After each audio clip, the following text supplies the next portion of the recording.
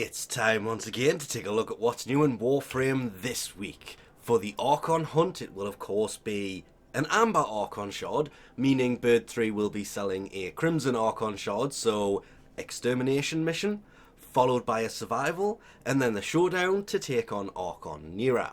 For the normal Duviri circuit, your choice of frame parts this week will be Ivara's parts, Inoris's parts, or Titania's parts. For the Steel Path Incarnon Genesis devices from the circuit, it will be the Lex, Magister, Boltor, Bronco, or Ceramic Dagger Incarnon Genesis devices. And of course, if you do have all of those, you can choose between a Rifle Riven mod, Pistol Riven mod, Melee Riven mod, or 20,000 Kuva. Not to forget, of course, this Friday, February the 28th at 2 PM ET, we also have devstream 185. This will be showing basically everything that will be coming in the Techrot Encore update, which will be coming in March. This could be early March, mid-March, late March. We will find out, hopefully, the release date of this Friday, February the 28th at 2 PM ET. We'll also be showing off the new Temple Warframe that will be coming as part of this and showing off the quote-unquote all new proto frames. I'm not sure how they're doing proto frames considering, yeah, they're based on characters from 1999. So, are they introducing new characters? We will find out on Friday. Nightwave this week, Elite Act would be Kill the Prophet Taker. Oh, that's actually an annoying one. And unlock 10 relics. But I'd still rather do that than have to deal with a Thumper Doma like we did last week. Normal Act, polarize a weapon companion or warframe outside of the simulacrum. And mine 3, not 5, 3 rare gems or ores in the plains of Eidolon. That's actually fairly easy. Cred offerings this week, ignoring the usual. There it is. Site 09's alternate helmet is in fact here this week. It is the blueprint to build it. Doesn't really cost that much to build it. It doesn't use argon crystals, so that's actually ridiculously useful. And it'll be the first time that's available, as well as Corvexes that just, yeah.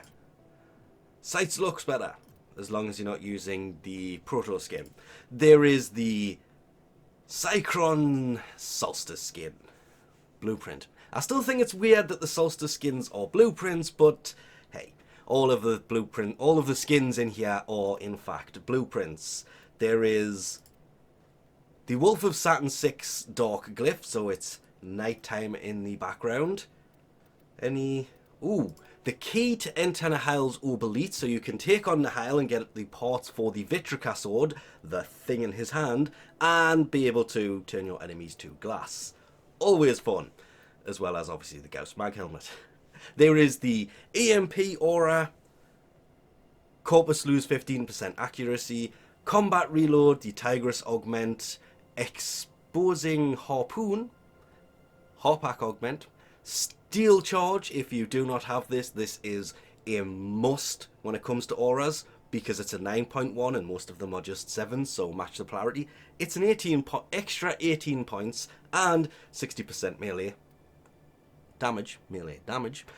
Always ridiculously useful, especially if you go melee only. Efficient Beams for the Convectress, Precision Strike for the Tonkor. There is the Energy Siphon Aura, Shield Disruption Aura, Sniper Scavenger Aura, Metamorphic Magazine for the Gorgon, Rifle Scavenger, and that's useful. That's more useful. Squad regen and energy regen, so health regen and energy regen, and it's a universal one, so it'll fit in any polarity aura you have. Definitely worth also getting that one. Still amazes me I only have one, but then again, you only need one. There is the Malark Desert Camo Skin Blueprint, the Heck Desert Camo Skin Blueprint, the Sindo Dagarak Skin, if you will eventually turn around. Yay! I do love that thing, but kind of love the Sindo itself. The normal skin, shall we put it. The Dual Zoran Dagarak Skin blueprint. The Nightwave sigil, obviously going on your chest. Hero of Duviri display. Landing craft decoration, I'm getting too much into it. There is the Falcor Shock camo skin blueprint. The blueprint to build the actual Jaw Sword melee weapon. Nightwave emblem. Emblems, of course, go on your shoulder. There is the Heat Sword. I think I'll go for the Heat Sword every day of the week because it does, in fact, have more damage. But this is the blueprint to actually build the Heat Sword, and I do love me a good Heat Sword build. There is the Nightwave ornament. The Wolf Beacon to summon the Wolf of Saturn 6 into a mission. Take him out to get the parts for the Wolf Sledge. It's the only way to get the parts for the Wolf Sledge outside of trading. The Saturn 6 sigil, Power of 3 quiver augment, and Atlas's Rumbler augment. Jumping in to see what Teshin... I mean, come on, it's F. Jumping in to see what Teshin has this week for the Steel Path Honor store. It will be the Shotgun Riven mod. I still think that should be 50 steel essence, but 75, still worth it, but only because it's a shotgun one. Do never buy the Zor Rivens from here. They are a giant waste of money.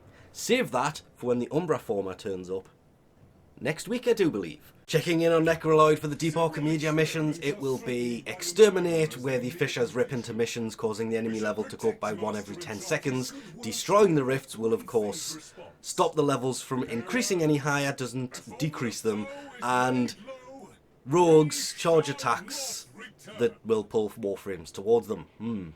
Then obviously we will have to go on to the next mission without changing your loadout between the three. An alchemy mission, 10% of enemies are equipped with an impervious elemental barrier that can only be destroyed by the amphor of the corresponding element. So, ice enemy, you need to use an ice one against them. Fire for fire, toxin for toxin, electric for electric. That is going to consume a lot of the amphors, actually. That's kind of an annoying one, but fun at the same time. And rupturing fragments replace shuffling fragments, and then finishing up with a mirror defense where the security system requires twice as many of the glyphs to activate, and Guardian Xmas units may be encountered, including the worst thing of all, the Guardian Xmas Necromex. Those things, you can stop them from spawning because they are super annoying to actually take out, and they will destroy the thing before you can have a chance to actually take them out, especially at level 250 to 275. Yeah, these things are still worth it though, because they're so much fun. And lastly, of course, for Hollvania this season, this summer, we have kill 250 Tech Rot, then kill 75 Skuldra troops with abilities, followed by kill 200 Tech Rot with melee weapons, kill 300 Skuldra troops, kill 30 Xmas, and then kill 500 enemies with abilities. Remembering, of course, it's Aoi's birthday in July. That is the only birthday, wasn't it? Yeah. I always forget which ones are where, but in summer, there's only one, and it's July 10th. But with that, we'll leave this off here. Thanks for watching, and I'll catch you next time.